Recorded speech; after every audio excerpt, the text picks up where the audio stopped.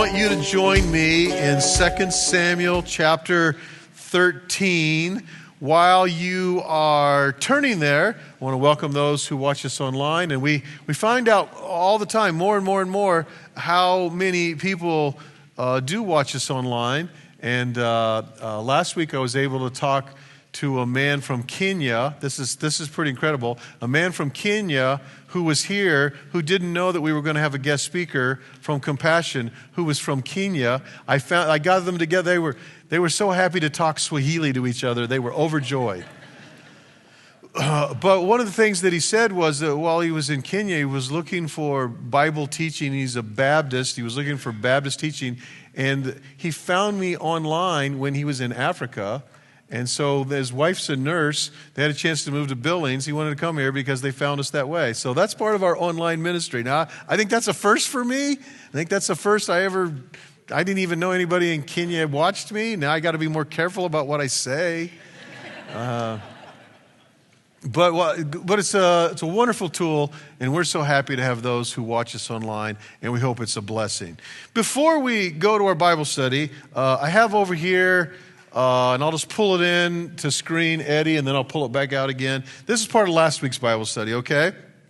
Last week, we looked at these root sins. There's lots of ways to sin. There's a million ways to sin, but there are some root sins, and we discover in Scripture, that lust and anger and fear are these root sins in our lives, and they are they've been with us since the beginning, since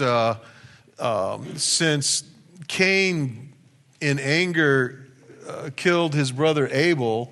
You know, we have these things that have existed, and actually when you think about it, it is lust and anger and fear that all soap operas are made of. Every soap opera you've ever watched, whether it was the early morning ones like All My Children or As the Stomach Turns, whether it's those or whether it's the prime time ones like when you used to watch Dallas and stuff. J2, do you know Dallas? No, you don't know. J.R. Ewing, nothing, doesn't ring a bell. So all soap operas are built actually on these three root sins because they create so much drama and trauma in that. Now, here's the thing that I want you to know. Because these are sins, because these are an affront to a holy and righteous God, because this is me choosing myself rather than him, the only answer for them is the cross. These can't be cured with psychotherapy. They're not cured because you get more money. They're not cured because you got rid of this wife and now you have a different wife. They're not cured in any other way other than repentance and faith at the cross of Christ. It's the only way that they're cured. Then the Holy Spirit that God sends in starts to do a different work in us. The different work is love and joy and peace. And when you think about it, these are exact opposites of lust and anger and fear. Lust is about what you get. Love is about what you give. Love always gives. It's how if you want to recognize love, it always gives itself away. How is it that you overcome anger? You don't overcome anger by going outside, counting to 10, going for a walk, squeezing a red ball. You don't overcome anger that way. And so many people now in America, they go to court and the judge, he gives them anger management classes. You don't need to manage it. You need to overcome it. Those are two different things. The way that you overcome it is with contentment. Contentment is what brings joy, and joy is what eradicates anger. Nehemiah says, the joy of the Lord is my strength. And so this is a different kind of living. It's the antithesis of this. And then peace is what's different than fear. There's lots of words for fear: phobia, anxiety. There's all kinds of other ways that we could describe it. Worry falls into this category. So peace is the opposite of that. But how does peace come? You don't get peace because you go, I want to have peace. I want to have peace. No, peace comes through faith. When I place my faith and trust in God, and I know He's got this, then I'm at peace. And my peace, because it doesn't look like the world, this is what the world looks like, this is what the kingdom people look like, my peace passes all understanding. And this peace flows like a river. This is the peace that comes from God. Now listen, you can't have inner peace until you've made peace with God. It happens at the cross. You make peace with God, now you have inner peace. Only after you've had inner peace can you have peace with others in your relationship.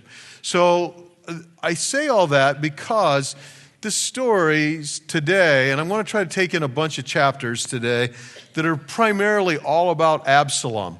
We're looking at the life of David, excuse me, but we find that one of his sons, Absalom, is going to try to usurp David. He's going to try to kill David.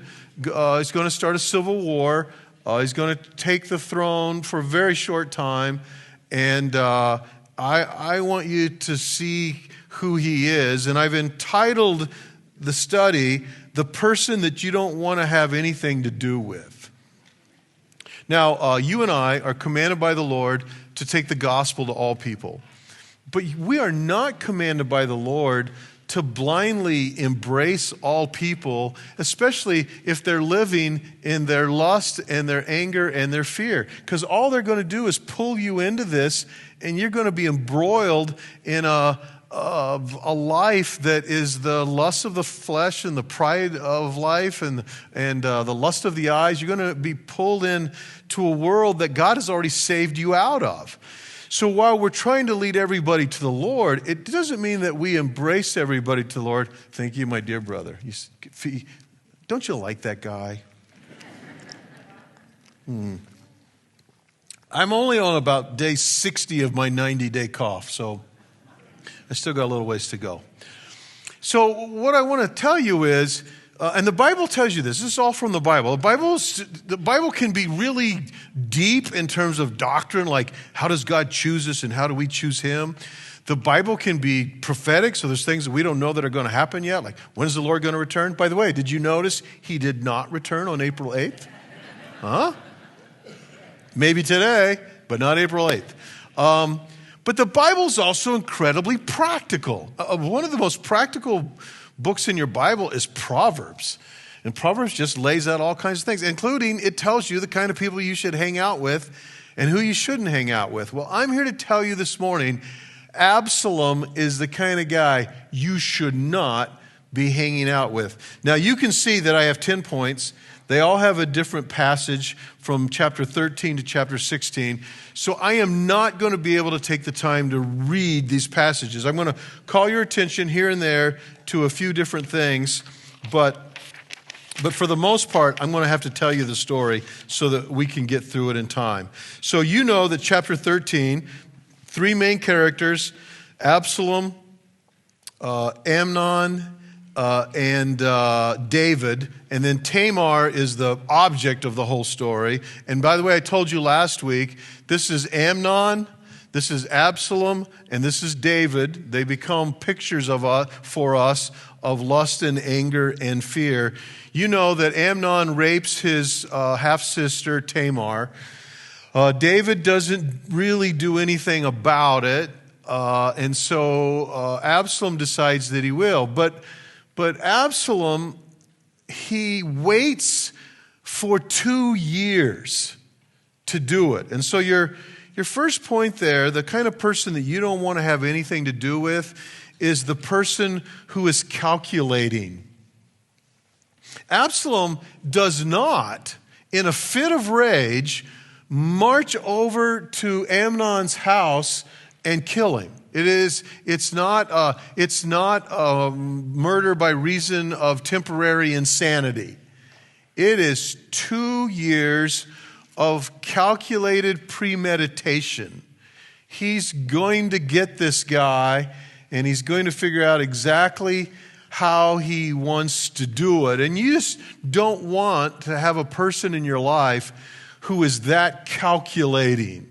You want to be around wise people. It's okay to calculate some stuff. It's okay to figure out, what do you think the stock market's going to do? Should I get some money out of it? Should I put some money in it? What should I invest in? That's not what I'm talking about.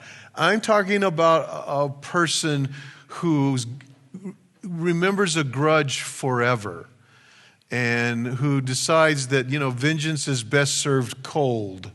And this is the calculating of Absalom. Secondly, I want you to see, you don't want to hang out with a person, you don't want to have anything to do with a person who is violent.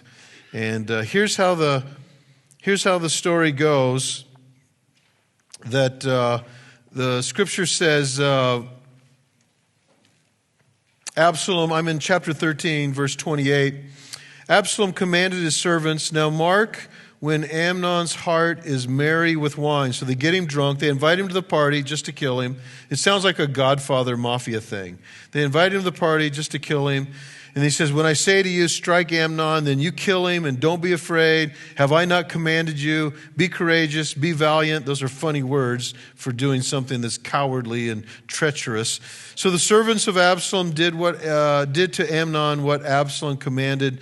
And they do it at the party, just like the Godfather who wants to make an example. Absalom really does want to do that. That's a part of calculating. He wants all his brothers and he wants everybody to know, you don't cross me.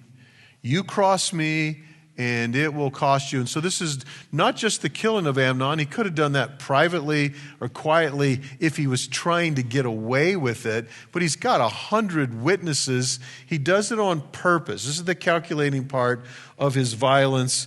And then all the sons, they jump on their mules and they take off. And then we see that. Now, so Absalom runs for his life.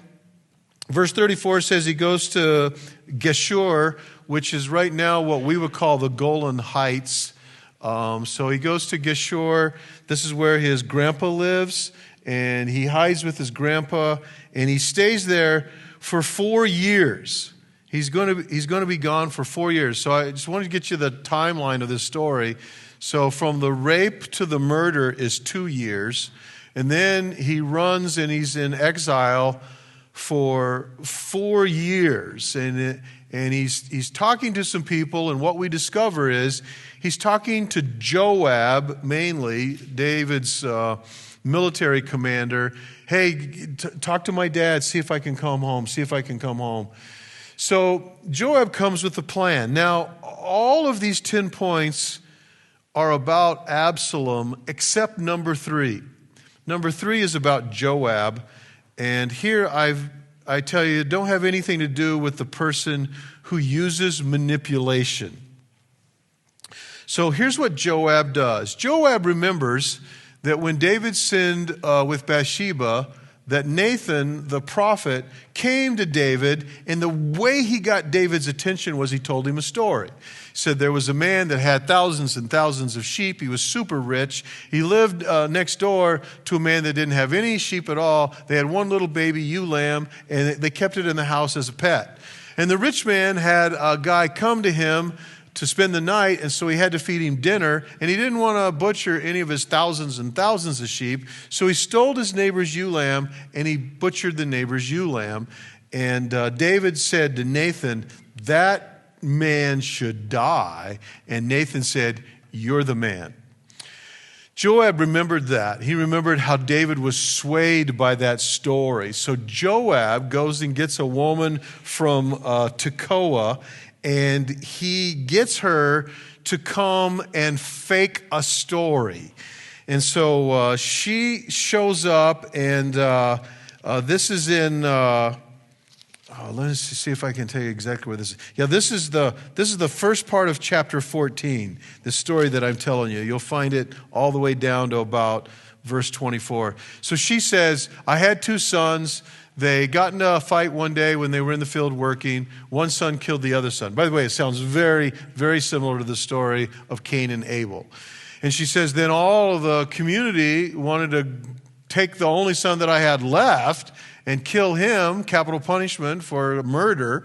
And she said, but he's all I have left. Remember, this is in a day where if you don't have a husband and you don't have a son, then you are destitute. There's no jobs for women. Women are second tier in this very patriarchal society. And so she says to David, if I lose this son, I lose everything that I have. It's a greater It's a greater penalty to me than to my son. And David says, okay, I'll intervene for you. I will make sure that your son is okay. And then she says, why would you do that for my son if you won't do it for your son? Now, let me explain to you the difference between Nathan and what Joab had this woman do. Nathan comes because God sent him. Nathan wouldn't have even known that David slept with Bathsheba, except God told him, God sent him. Nathan comes with a word from God. This woman comes with a manipulative idea from Joab. Hey, I think I know how we can tug on David's heart. They're completely different. By the way, David sees through it. David says to the woman, okay, he said, let me ask you a question. Did Joab put you up to this? And then she says, then she does this thing like, oh, the king is really smart. He's really wise. You saw through me. She does that kind of thing. So he does figure it out. So a compromise is reached. David tells Joab that Absalom can return to Jerusalem, but David will not see him.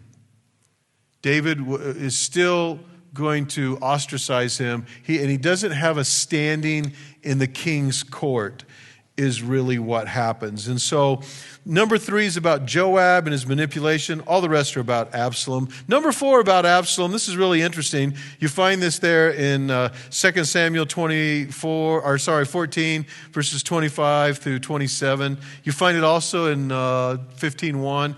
So you don't want to have anything to do with a person who can't get over themselves. The guy who just every morning when he looks in the mirror and just goes, you lucky dog, you. The scripture says about Absalom that he was the most handsome man in all of Israel. In fact, look with me at verse, let's see where I want to get this right here. I'm still in chapter 14. Look with me at verse 25, I think it is. Got to see if I can get it. Yes, 25.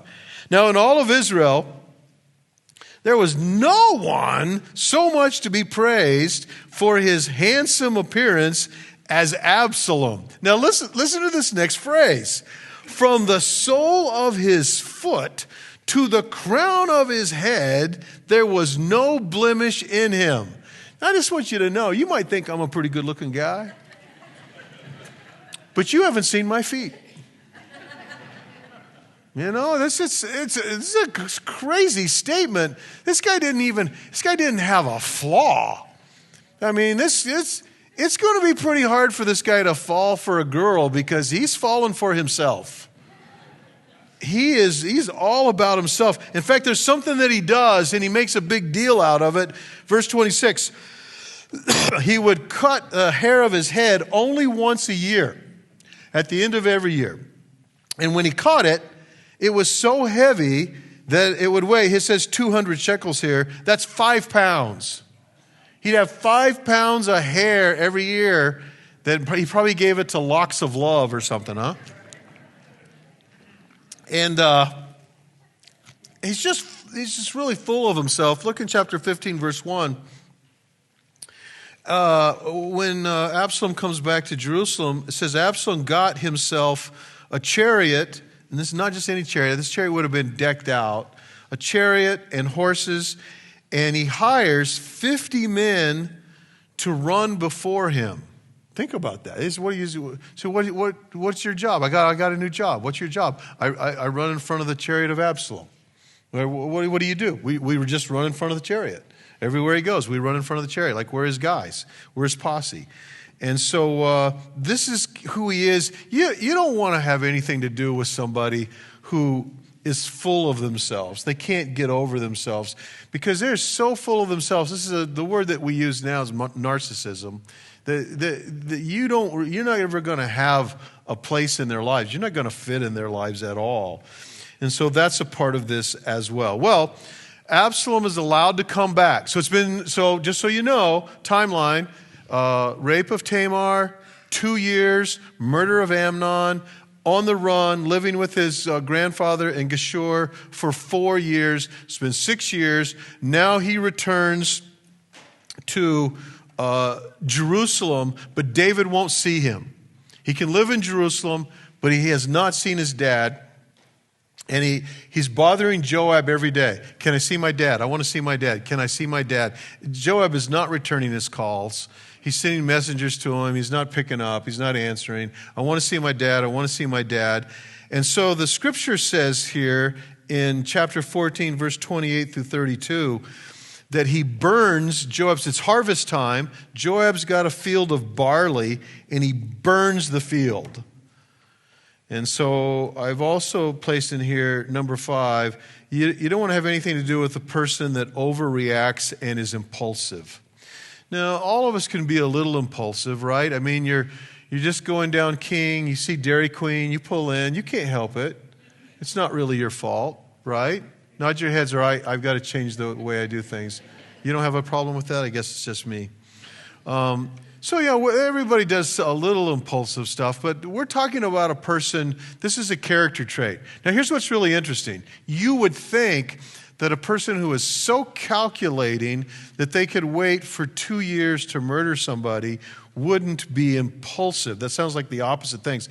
But they actually tend to run together. You can wait on one thing, but then other things, and when it comes to yourself, you can't get over yourself. You just get super impulsive. And so he burns Joab's field just so Joab will come and talk to him. And it leads us to number 6 here. Here's what Joab's going to say. So Joab comes in verse 31. He said, "Why'd you burn my field?" Verse 32, I'm in chapter 14. Absalom says to Joab, "I sent word to you over and over and over again. Come here that I could talk to you." By the way, this is entitlement. You hear that? He can't get over himself. "I sent word to you. You should have come to me. I'm the king's son. I'm really good looking. You should have showed up. So I sent word to you. Come here that I can send you the king." And you never. He said, Why did I come back to Jerusalem from Geshur? It would have been better for me to stay there. Now, therefore, let me go to the presence of the king, and if there's any guilt in me, let him put me to death. Number 6, you don't want to have anything to do with the person who never sees their own guilt. It's a really interesting phrase, isn't it? He knows that he murdered his brother. That's why he runs to Geshur. If there was no guilt in him, why did he run away? But now, 6 years later, by the way, this 2 years, 4 years, and then 2 years. No, we're at 8 years. We're at the 8-year mark since the rape of Tamar. Now after this time, and he's reworked his own history, he's like, I'm not guilty of anything. I didn't do anything wrong. I need to see the king. It's not my problem. It's your problem, Joab. You should have worked this out by now. It's the king. It's not me. It's not my problem. And so finally, David allows it. This is how chapter 14 ends. Joab, verse 33, went to the king. He told him. The king summoned Absalom. He came to the king. He bowed himself low on his face to the ground. The king kisses Absalom. David thinks now that they are good, but David literally does not know the character of Absalom. And I'm going to show you that in the weeks to come when Absalom tries to kill his dad and what he does there. And so that's a part of it. In chapter 15 now, he's got the new chariot. He's got the king's endorsement. He's got 50 men that run in front of him. And he goes to the gate. And let me just begin reading in verse 2 in chapter 15. He goes to the gate. He had actually rise early and stand beside the way of the gate. And when any man who had a dispute, because that's where you went to the gate to talk to the elders. When he came before the king for judgment, Absalom would call to him. So Absalom is getting to the guy before he gets to the king. He would call to them and say, "Hey, what city are you from?" And then he would tell him, "I'm from Bethlehem, I'm from Galilee," whatever he would say. And of course, Absalom goes, one of my best friends in the world I went to college with is from Galilee. They're from Bethlehem. Hey, do you know a guy? He's become a schmoozer here. And he's at the gate, and then he says, well, why are you here? Why are you here to see the king? And he's got a dispute. And so then Absalom would say to him, verse 3, you're clearly in the right. Your claims are good and they're right. Man, it's just too bad that there's no one designated by the king to give you justice. I'm not saying this to cause trouble, but if I was king, I'd hear your case. You'd get justice from me. And Absalom would say, verse 4, "Oh, that I were the judge in the land, then every man with a dispute or a cause would come to me, and I would give him justice. And maybe there was a little money that exchanged hands to help you out because your neighbor built a fence on your property, or let me talk to somebody about it. But he's placed himself now in a campaign between the people of David and David. He's placed him there so that he can talk poorly about the king and get away with it, and he can talk well about himself. And the last phrase of verse 6 says, "So Absalom stole the hearts of the men of Israel." So we discover we're not the first generation to have fake news. We discover that politicians have had a way about them for years and years and years. Number 7, so you don't want to have anything to do with the person who's conniving and flattering. By the way, this isn't on the list, but you don't want to have anything to do with the person who gossips about other people, because if they are gossiping to you about other people, when you're not there, they're gossiping about you to other people, right? It's the same thing. This conniving, this flattering, schmoozing, I think is the word we all understand, a schmoozer. This is what Absalom is doing. He's doing everything to make himself look good. And so it's been 8 years. Now we're coming to 10. Sorry, verse 7. So then at the end of 4 years, and so that starts with the 2 years he was in Jerusalem, but he hadn't seen his dad. Now we add 2 to that. So we're at 10 years since Tamar was raped. At the end of 10 years. So see, this doesn't happen overnight. And 10 years David is ruling. 10 years Absalom is going through this. At the end of the years, Absalom says to the king, I'm in verse 7 of chapter 15, "Please let me go and pay my vow, which I vowed to the Lord in Hebron." It's a bold-faced lie. "For your servant vowed a vow while I lived in Geshur in Aram, saying, if the Lord will indeed bring me back to Jerusalem, then I will offer worship to the Lord." Now, he knows that this is the verbiage of his dad. He's heard all his dad's stories. He's heard his dad's stories about Goliath and running from Saul and vows that he made and places where he worshiped the Lord. And David is predisposed. Who among us doesn't want to hear from our child, "Hey, I've recommitted my life to the Lord"? Well, everybody wants to hear that. And it's a straight out lie. So the person you don't want to have anything to do with, number 8, is the person who thinks nothing of lying. In fact, he even pulls God in on his lie here. Now, look, I know that we're all liars, right? Nod your heads. Everybody's lied. People say, "Hey, how you doing?" You say, "Fine." You're a liar. You're not doing fine. So I'm not talking about just this casual little tiny things. I'm talking about big, honking, bold-faced, matzo ball lies. I'm talking about things that people don't even think twice about doing. And you know what I've discovered about big liars? They've figured out that the bigger the lie, the more likely you are to fall for it. Yeah, everybody tells a little lie. But if you tell a great big lie, the other person thinks, nobody in the world would try to tell a lie that big and get away with it unless they're just a big liar. Like the economy's really good. That, you're just like, are you kidding me? That's a person who just lies. Now, here's the thing about liars. When you lie, you fabricate some story. That's the lie. But the problem is always, then you get to a place where you have to tell a lie to cover the lie, right? And then you have to tell a lie to cover the lie that covers the lie. And that's why interrogators, that's what cops do. They want to get you to tell all the details you can possibly tell because you can't remember all the details. The only person who can remember all the details is the person who's telling the truth. So If you know you're around a person and they can just flippantly just tell lies all the time, that's not anybody you want to invest in. The Bible uses these phrases like who you should marry. We shouldn't be unequally yoked.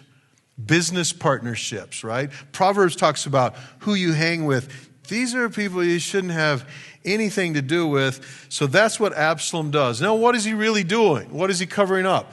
He's going to leave Jerusalem. He's actually going to invite 200 people who do not know that he's planned a civil war because he wants them to be guilty by association.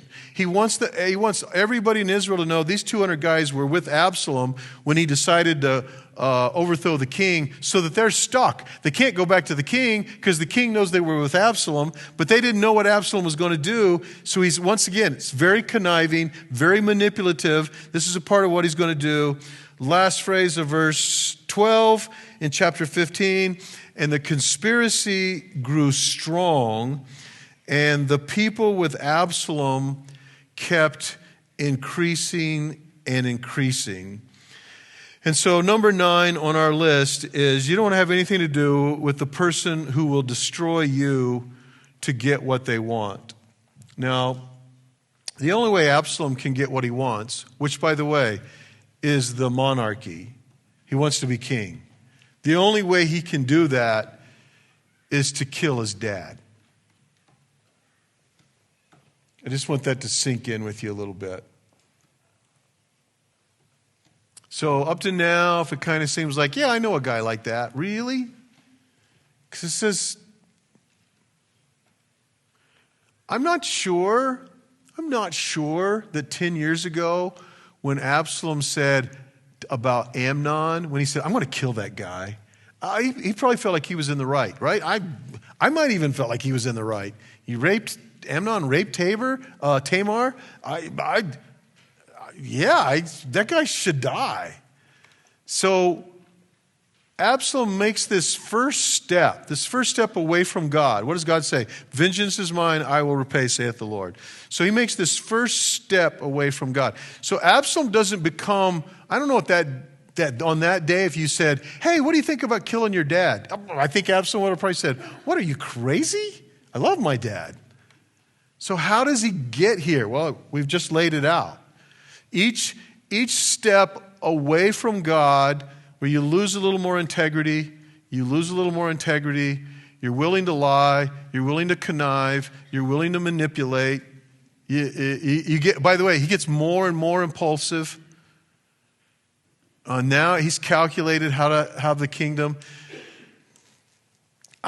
No kid in high school, all the kids that have gone to high school in Billings today, none of those kids woke up and said, I want to be a drunk drug addict who lives in rehab units the rest of my life. There's no high school kid that woke up at this morning and go, that's what I want to do with my life. A bunch of them will.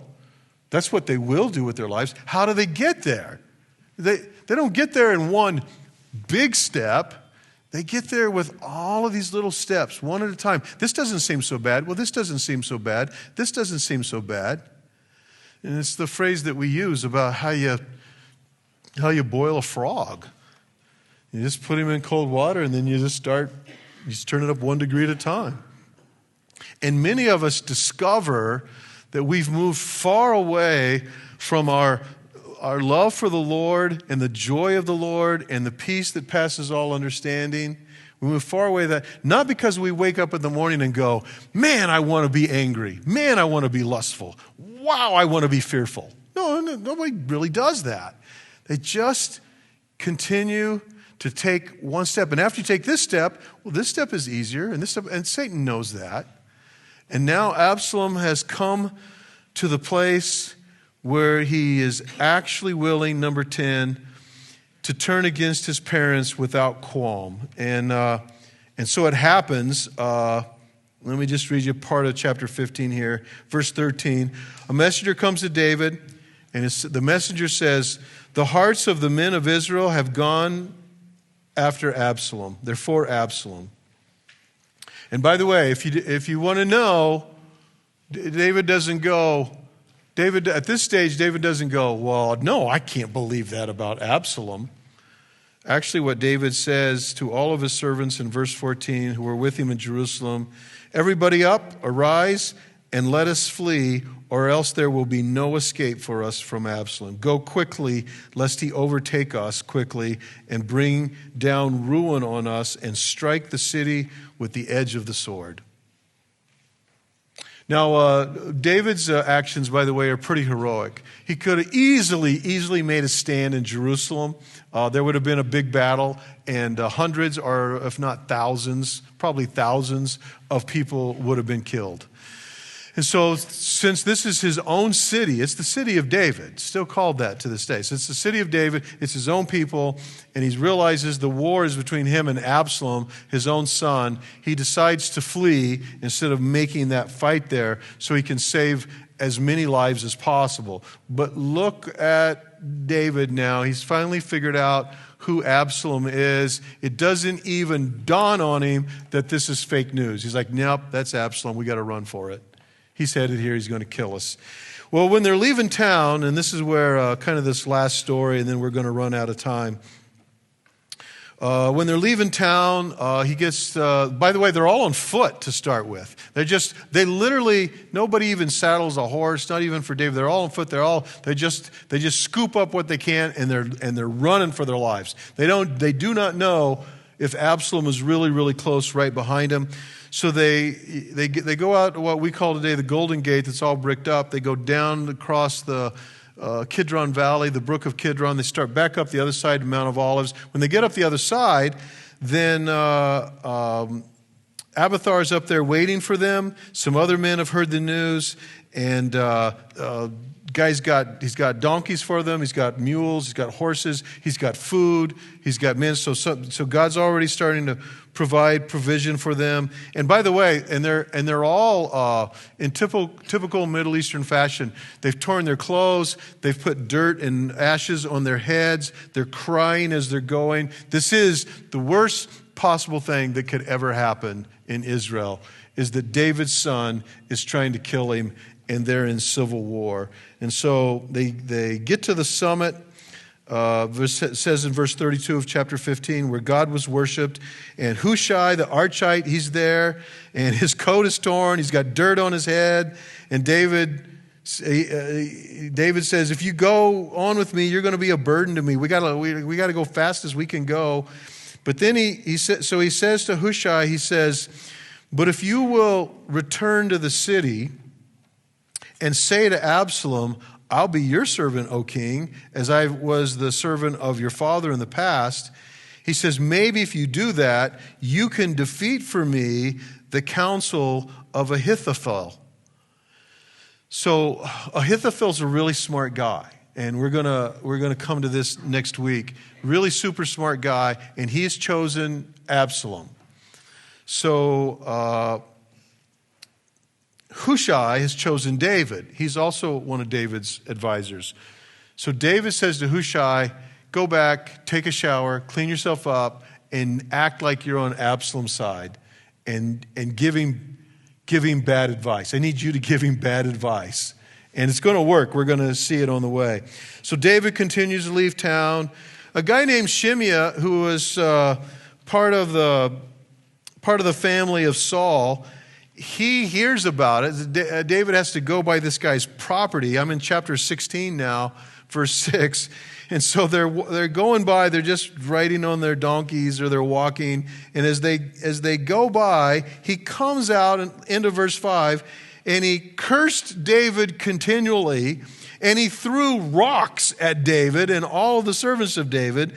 And all the people and the mighty men who were left, and this is his entourage, and this is his secret service. These are his guys on his right and left. And Shimei, as he cursed, he said, get out, you man of blood. You're a worthless man. He's always hated David.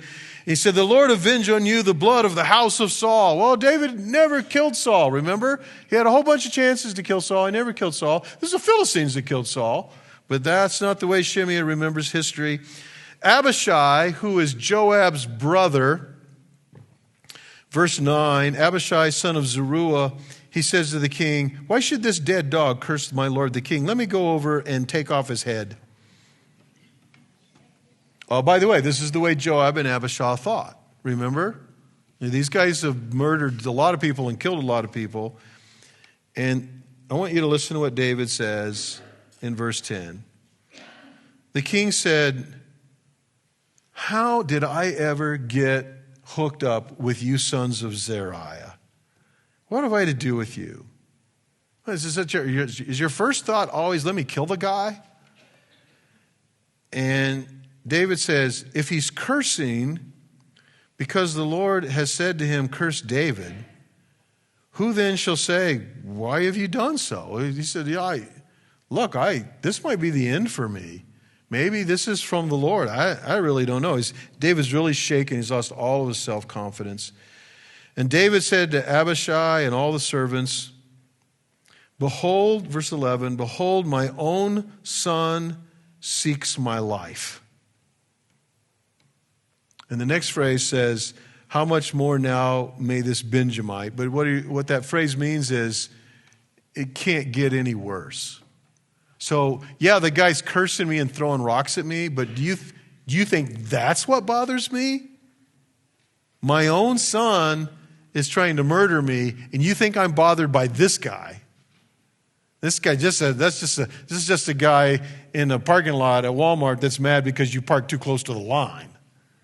You're going to let that get you all upset when my own son is trying to kill me? And then he says, leave him alone and let him curse, for maybe, and this is what it means, maybe, the Lord has told him to do so.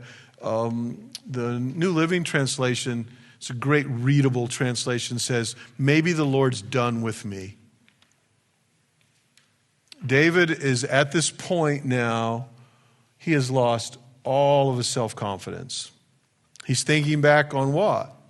He's thinking back on how good everything was until he sinned with Bathsheba. He's thinking that Amnon raped his daughter. He's thinking that his son murdered his other son. He's thinking that a lot of his sons don't have anything to do with him. He's thinking that Absalom came back and ran this political campaign so he could be the next king. Now he's got some military guys. And this is one of the very, very lowest points of David's life. He's running for his life. He's left Jerusalem. He's actually, technically, he's not king. He is king, but Absalom is going to go in and he's going to install himself there. And he's got civil war. It's with his own son. And Abishai's there with him. And he's thinking to himself, here I am. My life couldn't be worse. And the guy that I'm next to is a guy that just wants to kill people. And he's like, yes, just stop it. My life couldn't be possibly any worse. Shimei doesn't mean anything to me. Absalom's trying to kill me. Maybe the Lord's done with me. And that's where this story this morning, this is where we end and where we will start next week. But I want you to take some practical advice from the life of Absalom. You can find almost all of these 10 things in the book of Proverbs. If you just read them, you will find, don't hang out with this person. Don't spend time with this person. Don't be with these kind of people. You'll find all of these things. By the way, you'll find all of these things in Proverbs here. Don't be this guy. Don't be this guy. Don't be this guy. You'll find all of that as well. And so this is where David is. He's running for his life. Absalom's trying to kill him. And that's where we will pick up next week.